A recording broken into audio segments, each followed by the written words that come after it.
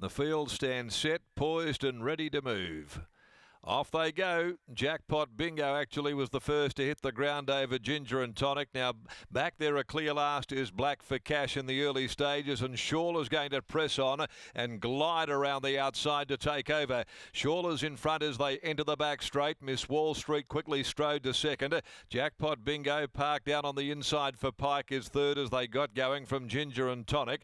Anna's Boy pulling its way around the outside. Back near the inside to Golden Kathleen. Closely attended by Moonshine Queen. A length and a half to Ocean Goddess, and a similar margin away. Back at the tail is Black for Cash. Shawler at the 1,000. One that they have backed at a bit of odds. Shawler leads the way from Miss Wall Street. Jackpot Bingo. Anna's Boy continues to work around them here. 3 deep now, improving from Ginger and Tonic at the 800. A length and a half off those to Golden Kathleen and Moonshine Queen keeping company. Ocean Goddess back there. Second from last, still in front of Black for Cash. In this order, they reach the 600 metre mark, and Shawler joined on the outside by Anna's Boy, who's been parked deep after being back in the field, covering ground, but goes up, gets about a neck in front as they set sail for the judge over Shawler and Miss Wall Street, splitting them to the outside. Ginger and Tonic. Pike trying to push his way into the open now. Jackpot Bingo got caught up on heels there, got balked, lost a bit of momentum. Golden Kathleen shot through. Ocean Goddess is starting to chime in. So's Black for Cash right down the outskirts. Ocean Goddess at the 100 goes up, gets ahead in front of Golden Kathleen. Ocean Goddess a nose in front of Bob of the Heads. Ocean Goddess narrowly. Ocean Goddess from Golden Kathleen. Black for Cash has run third, I'd say, from Miss Wall Street and Anna's Boy, Ginger and Tonic. In behind the Moonshine Queen, Shawler dropped out. Jackpot Bingo finishing near the tail, but certainly got stopped in his tracks and lost all momentum. Photo finish, Bob of the Heads. It'll go the way of Ocean Goddess. Patrick Carberry over Golden Kathleen. Natika Reardon. Black for Cash running on for Brandon Louis into third place. After the running of race number 4, Ocean Goddess will get the verdict after being back there. She was second last most of the way. It was a very patient ride by Patty, but she does get to the line well, as she certainly showed last start to Jackpot Bingo. Now there's one that certainly didn't get the rub of the green today. There was no bingo at all. Ran up right behind Anna's Boy. Ginger and Tonic had him inside. He had nowhere to go at all, and Pike had to take hold. And as a result, they're under the 59.5 today. He just lost momentum.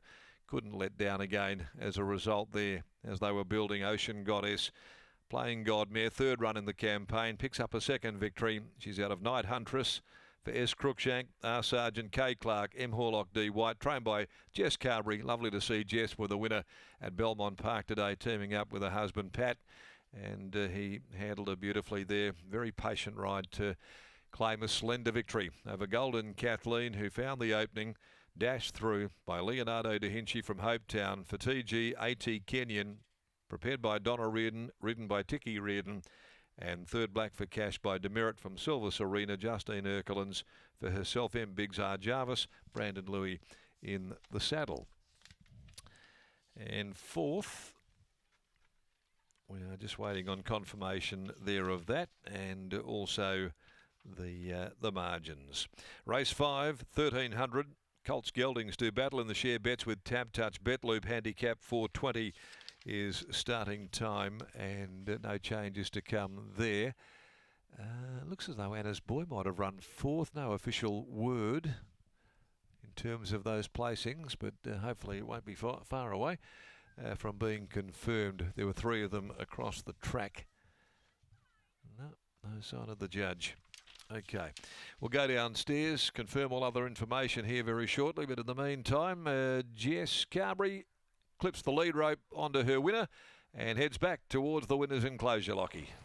That she does, and she's alongside one of her best friends, Libby Sargent, who is a part owner in this horse, and Ocean Goddess gets the job done. Only her second career win, which is hard to imagine is the case, because she's always shown ability and she's always been finding the line well. But the Carberrys, they've had to be patient, but today, courtesy of a wonderful ride from Paddy Carberry, they get the job done. I'll let Paddy unsaddle, and then I'll make my way over towards Jess and grab a word, because this is one of the stories of the day with the win of Ocean Goddess, and Paddy just gave her an absolute 10 out of 10. Scotty? What about the winkers too, Lockie? Bit of bling going on there. Paddy Carberry's just about to jump off, so you may as well head and they're going to get a photo with Sharon Walker from Western Race Picks as well, and hopefully you can get a quick word with Jess. Otherwise, we'll wait for Paddy. But today on paper did look like the right race for her, because she'd been attacking the line well, and today just needed to get herself to the outside, stay in the clear, and she let the horse get the job done over the top.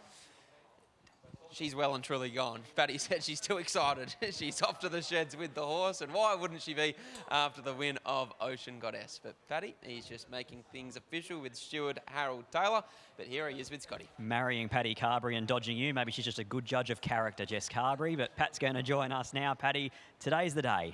Yeah, she's had some practice. She's been dodging me for 17 years, so she's going all right. Yeah, all credit to Jess.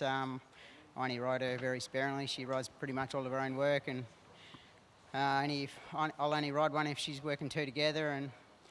And we've got a fair few crabs in the stable, but this horse is very genuine. Got a lot of problems, but yeah, credit to Jess.